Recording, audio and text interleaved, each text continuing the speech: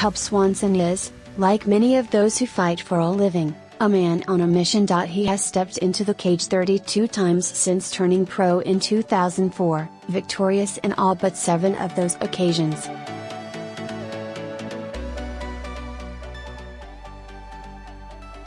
All 25 victories have been designed to lead to one thing: a chance at becoming a champion.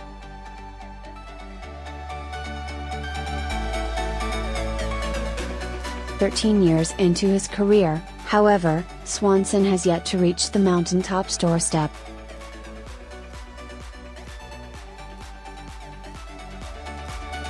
A standout featherweight fighter with both the WEC and UFC, Swanson has never been granted a shot at the title.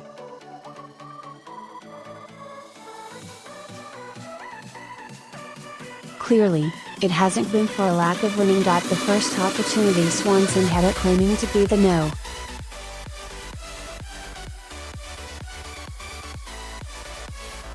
1 contender for a title shot came in 2014. On the heels of a shot at gold, Swanson's greatest argument came in a 6-fight winning streak, featuring wins over Charles Oliveira, Ross Pearson, Dustin Poirier, Dennis Siver, and Jeremy Stephens.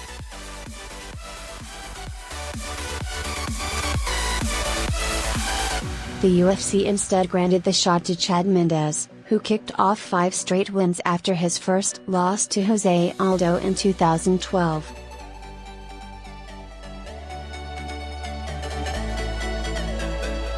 Swanson stayed busy, taking a fight against former lightweight champion Frankie Edgar.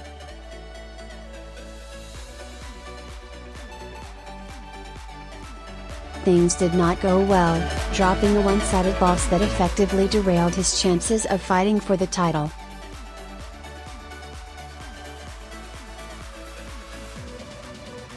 The situation only got more troubling for Swanson, who suffered an even worse subsequent loss to Max Holloway 6 months later.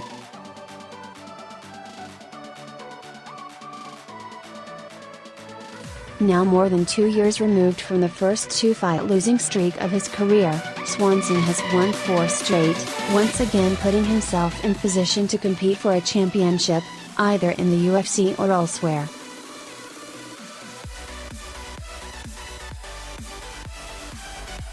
Swanson is in the final fight of his UFC contract, opting to fight out of his current deal in hopes of maximizing his earnings on the open market.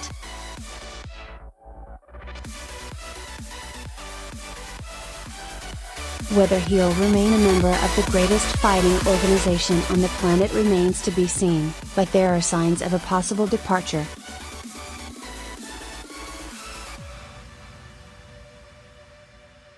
As disappointed as Swanson was to be passed up for a title shot in 2014, he was likely even more disappointed in 2017.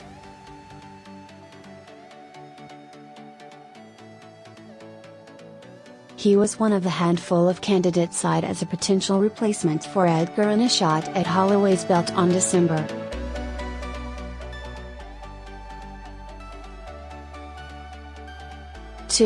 Just 7 days prior to the date, Swanson was already scheduled to go 5 rounds against Brian Ortega at UFC Fight Night 123.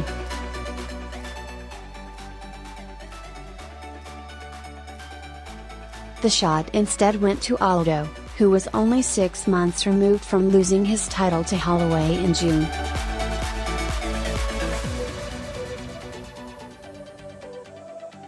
For like a few hours, I got really excited about the title fight, Swanson told the Desert Sun.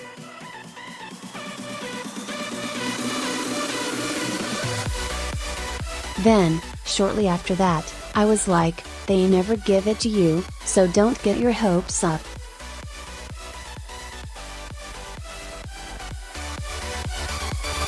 If it happens, it happens. And it didn't. That's twice he's been passed up for a title shot while being a deserving contender.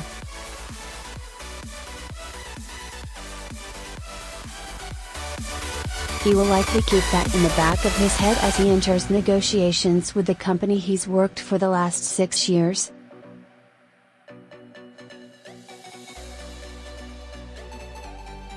While he's never had the opportunity to work with Bellator MMA president Scott Coker in any of his other ventures, Swanson seems like the sort of fighter Coker would pursue once available, especially considering how starved Bellator is of viable featherweight contenders.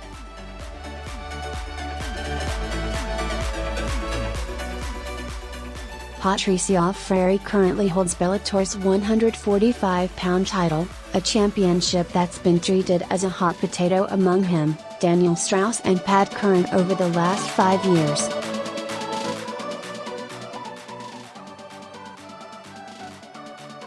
Adding an electric fighter like Swanson to the mix would spark the top-heavy division, as well as guarantee the Jackson Wink fighter a shot at the elusive crown.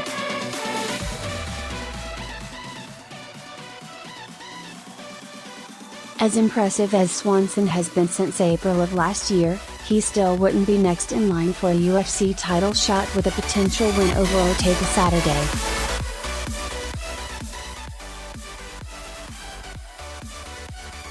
It's assumed Edgar would be next for Holloway at some point in 2018, requiring Swanson to wait several months before reaching the front of the line.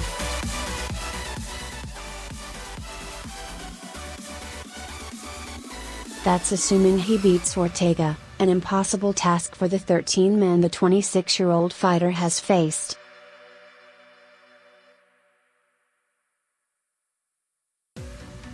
Swanson is getting close to a shot at the title, that point nobody can contest. Whose title he'll be fighting for when he gets there, however, is the bigger question at hand.